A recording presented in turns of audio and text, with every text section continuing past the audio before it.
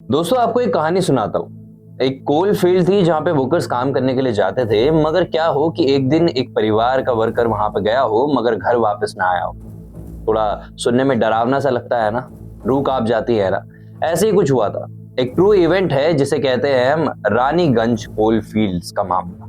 ये मिशन रानीगंज क्या है, क्यों है, और इसके ऊपर एक मूवी भी आने वाली है। वो मूवी किस बारे में होने वाली है, इसका ट्रू इवेंट क्या है, वो आगे जाके मैं आपको वीडियो में बताऊंगा। सबसे पहले मूवी के बारे में बात कर लेते हैं। अक्षय कुमार की ये मूवी आने वाली है 6 अक्टूबर को, जिसमें उनके साथ होंगी परिणीति चोपड़ा और रवि किशन जैसे एक्टर। इसके साथ साथ में और भी अच्छे अच्छे एक्टर्स हैं जो इस मूवी में आपको देखने को मिलेंगे। अब उतर जाते हैं कि ये रानीगंज मिशन था क्या। दरअसल बात है 23 दिसंबर 1989 की। वेस्ट बंगाल में रानीगंज कोलफील्ड्स करके एक कोल मतलब बेसिकली खदान थी, कोयले की खदान थी।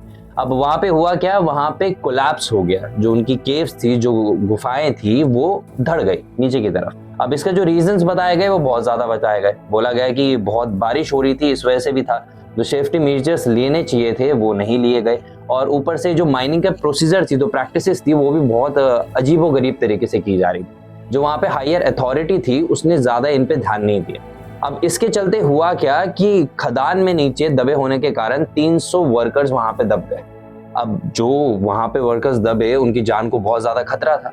अब इस चीज के लिए भाई इस चीज को सबसे ज्यादा जल्दी सॉल्व तो करना था, तो उन्हें एक मदद की जरूरत थी। वो मदद लेके आए यहाँ पे गिल साहब। अब गिल साहब थे कौन, उनके बारे में मैं आपको बताता हूँ। उनका पूरा जो नाम था वो था यहाँ पे जसवंत सिंह गिल, जो कि एक इंडियन आर्मी ऑफिसर थे। उस टाइम पे वो चीफ इंजीनियर थे Indian army central mine rescue school, जो कि धनबाद में था। उन्हें वहां पे मदद के लिए बुलाया गया क्योंकि उन वर्कर्स को वहां से निकालना बहुत ज्यादा जरूरी था।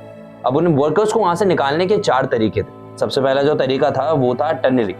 टनलिंग में क्या होता है कि जहाँ पे वर्कर्स फंसे होते हैं उसकी दूसरी तरफ से एक सुरंग खोदी जाती है, जिस सुरंग से वो वर्कर्स आसानी से बाहर निकल सके। मगर भारी बारिश हो रही थी और बहुत सारे फैक्टर्स भी थे, तो ऐसा हो सकता था कि वो टनल खोदते खोदते हो सकता था कि टनल भी बंद हो जाए और वहां पे जो वर्कर्स फंसे हुए हैं उनको और ज्यादा वहां पे नुकसान हो जाए।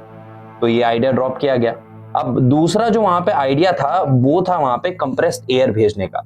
अब इसमें क्या किया जाता है कि अलग अलग टनल्स बनाई जाती हैं जहां से एक पाइपलाइन जाती है, जहां पे वर्कर्स बंद हो रखे हैं उनको सांस आए, उसके उनको ऑक्सीजन वहां पे सप्लाई मिलती है। उस टनल के दौरान उन्हें खाने पानी की चीजें भी वहां पे उपलब्ध की जा सकती। अब इसकी वजह से क्या होता है कि सफोकेशन की वजह से उनकी जो जान है वो नहीं जाती। ये दूसरा तरीका था।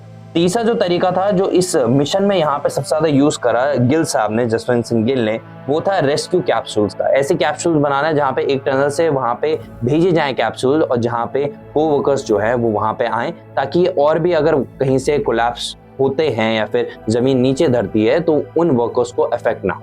ये हुआ। और चौथा जो तरीका था वो था रोबोटिक्स का, मतलब एज अ मशीनों से उस जगह को स्कैन करना कि वर्कर्स कहाँ पे हैं, कितनी दूरी पे हैं, कितने नीचे गड़े हुए हैं, इन सब चीजों का जांच पड़ताल करना। जसवंत साहब ने पूरी चीजें करी अपनी टीम को लेके, उन्होंने पूरे प्रोसीजर लिए क्योंकि वो इस मिशन के इंचार्ज थे। सबसे पहले जो कैप्सूल में नीचे गए थे वो जसवंत साहब थे वर्कर्स के पास।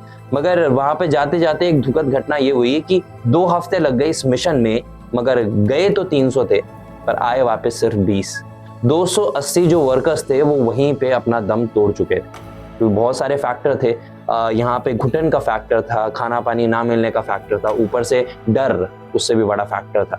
जब आप 2 हफ्ते एक ऐसी जगह पे रहते हैं जहाँ पे ना रोशनी है ना कुछ है, ऊपर से मेंटल स्टेबिलिटी बहुत ज्यादा नीचे गिर जाती है, तो मरना तो बनता था।